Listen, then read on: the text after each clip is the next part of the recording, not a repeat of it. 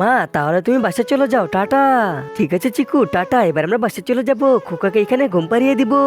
আরে খোকা তো ঘুমাবে না, যাই আমি আমার কাজ কামগুলো সেরে ফেলি। কিন্তু আমি খোকাকে তো এভাবে রেখে যেতে পারবো না। কেবল তো অল্প অল্প হাঁটু পাতে শিখেছে, কোথাও যদি পড়ে যায়। যাক বাবা, ওর থেকে আমি কোলেই রাখি।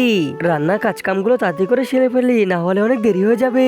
এবার আমাদেরকে সবজি কাটতে হবে, কিন্তু কিভাবে আর কতক্ষণ কাজ করব কিছু তো বুঝতে পারতেছি না আমি। খোকাও তো কোলে আছে, আর আজকে শাশুড়ি মাও নেই, এখন কি করা যায়? হ্যাঁ এই তো পেয়েছি।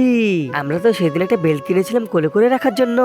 এই তো আমি সিট বেল্টটা পরে নিয়েছি। আয় খোকা, আমার কোলে আয়। তাড়াতাড়ি খোকাকে সিট বেল্টটা নিয়ে নিতে হবে, এক পা এই পাশে দিতে হবে, আরেক পা ও পাশে দিতে হবে, তারপরে সিট বেল্টটা লাগিয়ে দিতে হবে।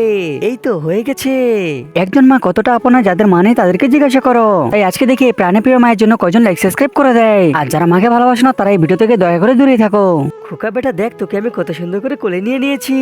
এখন তো আমি অনেক সুন্দর করে কাজ করতে পারবো, কিন্তু তার আগে চল একটু বাইরে যাই। আরে আরে বৌমা, খোকাকে আমার কাছে দাও।